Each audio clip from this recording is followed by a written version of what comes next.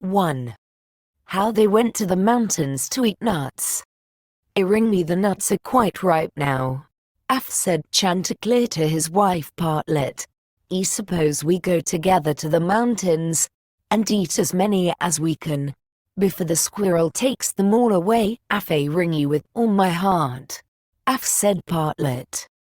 Let us go and make a holiday of it together. So they went to the mountains, and as it was a lovely day, they stayed there till the evening. Now, whether it was that they had eaten so many nuts that they could not walk, or whether they were lazy and would not, I do not know. However, they took it into their heads that it did not become them to go home on foot. So Chanticleer began to build a little carriage of nutshells, and when it was finished, Partlet jumped into it and sat down, and bid Chanticleer harness himself to it and draw her home. Ring you, that's a good joke. Said Chanticleer. No, that will never do. I had rather by half walk home. I'll sit on the box and be coachman, if you like, but I'll not draw. While this was passing, a duck came quacking up and cried out, Ring you thieving vagabonds, what business have you in my grounds? I'll give it you well for your insolence. And upon that she fell upon Chanticleer most lustily. But Chanticleer was no coward, and returned the duck's blows with his sharp spurs so fiercely that she soon began to cry out for mercy, which was only granted her upon condition that she would draw the carriage home for them.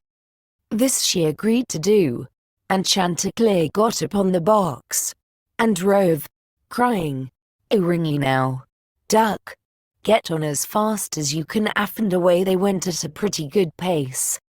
After they had travelled along a little way, they met a needle and a pin walking together along the road, and the needle cried out, Ring you, stop, stop. And said it was so dark that they could hardly find their way, and such dirty walking they could not get on at all. He told them that he and his friend, the pin, had been at a public house a few miles off, and had sat drinking till they had forgotten how late it was. He begged therefore that the travellers would be so kind as to give them a lift in their carriage. Chanticleer, observing that they were but thin fellows, and not likely to take up much room, told them they might ride, but made them promise not to dirty the wheels of the carriage in getting in, nor to tread on Partlet's toes.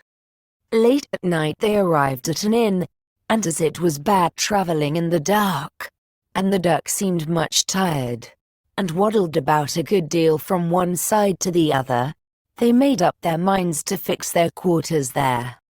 But the landlord at first was unwilling, and said his house was full, thinking they might not be very respectable company. However, they spoke civilly to him, and gave him the egg which Partlet had laid by the way, and said they would give him the duck, who was in the habit of laying one every day. So at last he let them come in, and they bespoke a handsome supper, and spent the evening very jollily. Early in the morning, before it was quite light, and when nobody was stirring in the inn, Chanticleer awakened his wife, and, fetching the egg, they pecked a hole in it, ate it up, and threw the shells into the fireplace.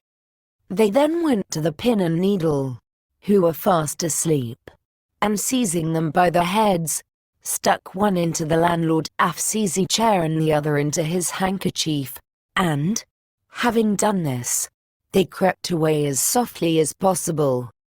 However, the duck, who slept in the open air in the yard, heard them coming, and jumping into the brook which ran close by the inn, soon swam out of their reach.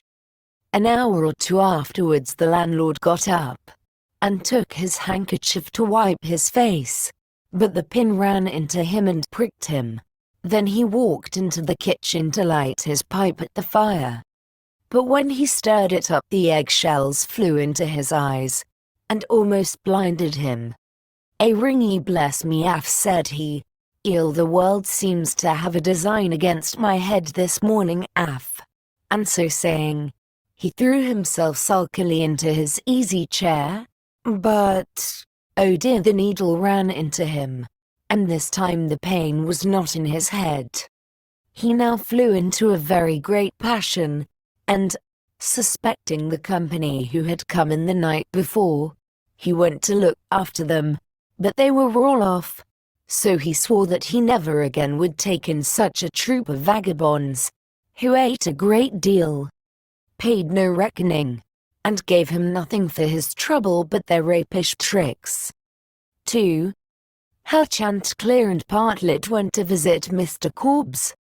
Another day, Chanticleer and Partlet wished to ride out together, so Chanticleer built a handsome carriage with 4 red wheels, and harnessed 6 mice to it, and then he and Partlet got into the carriage, and away they drove. Soon afterwards a cat met them, and said, "A-ring-y, where are you going?" Af and Chanticleer replied, "A-ring-y, all on our way. A visit to pay to Mr. Korbes, the fox, today, Af." Then the cat said, "A-ring-y, take me with you." Af. Chanticleer said, "A-ring-y, with all my heart. Get up behind, and be sure you do not fall off, Af. A-ring-y, take care of this handsome coach of mine, nor dirty my pretty red wheels so fine. Now, mice, be ready, and, wheels, run steady, for we are going a visit to pay to Mr. Korbes, the fox, today, Af." Soon after came up a millstone, an egg, a duck, and a pin, and Chanticleer gave them all leave to get into the carriage and go with them. When they arrived at Mr. Korbes' Af's house, he was not at home, so the mice drew the carriage into the coach house. Chanticleer and Partlet flew upon a beam. The cat sat down in the fireplace. The duck got into the washing cistern. The pin stuck himself into the bed pillow. The millstone laid himself over the house door, and the egg rolled himself up in the towel. When Mr. Korbes came home, he went to the fireplace to make a fire, but the cat threw all the ashes in his eyes, so he ran to the kitchen to wash himself. But there the duck splashed all the water in his face, and when he tried to wipe himself, the egg broke to pieces and the towel all over his face and eyes. Then he was very angry, and went without his supper to bed. But when he laid his head on the pillow, the pin ran into his cheek. At this he became quite furious, and, jumping up, would have run out of the house. But when he came to the door, the millstone fell down on his head, and killed him on the spot. 3. How Partlet died and was buried, and how Chanticleer died of grief. Another day Chanticleer and Partlet agreed to go again to the mountains to eat nuts, and it was settled that all the nuts which they found should be shared equally between them. Now Partlet found a very large nut, but she said nothing about it to Chanticleer, and kept it all to herself. However, it was so big that she could not swallow it, and it stuck in her throat.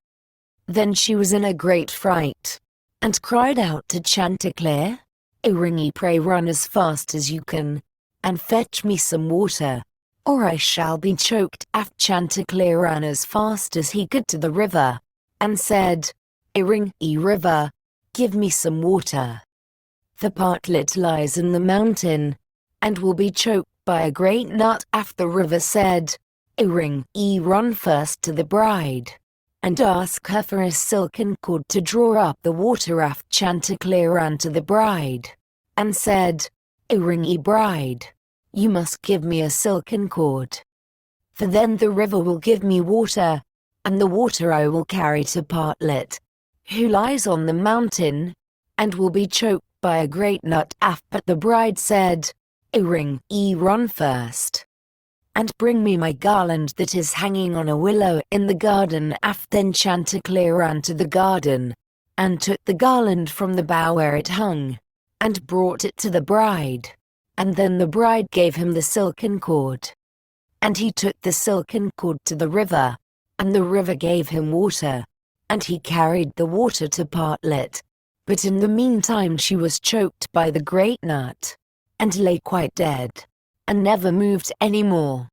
Then Chanticleer was very sorry, and cried bitterly, and all the beasts came and wept with him over poor Partlet. And 6 mice built a little hearse to carry her to her grave, and when it was ready they harnessed themselves before it, and Chanticleer drove them. On the way they met the fox. "Ringy, where are you going?" "Chanticleer," said he.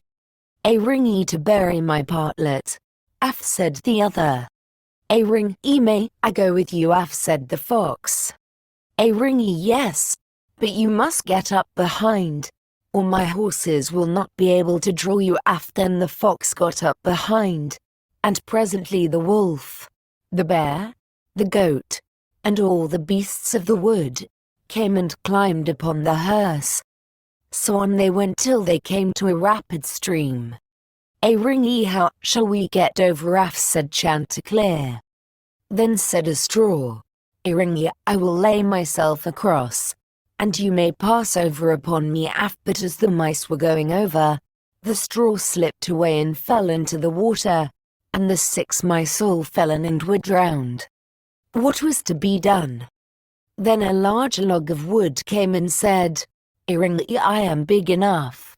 I will lay myself across the stream, and you shall pass over upon me." So he laid himself down, but they managed so clumsily that the log of wood fell in and was carried away by the stream.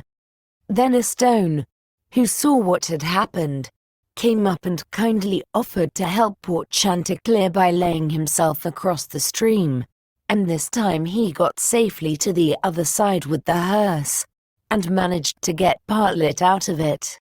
But the fox and the other mourners, who were sitting behind, were too heavy, and fell back into the water and were all carried away by the stream and drowned. Thus Chanticleer was left alone with his dead Partlet, and having dug a grave for her, he laid her in it, and made a little hillock over her. Then he sat down by the grave, and wept and mourned, till at last he died too, and so all were dead.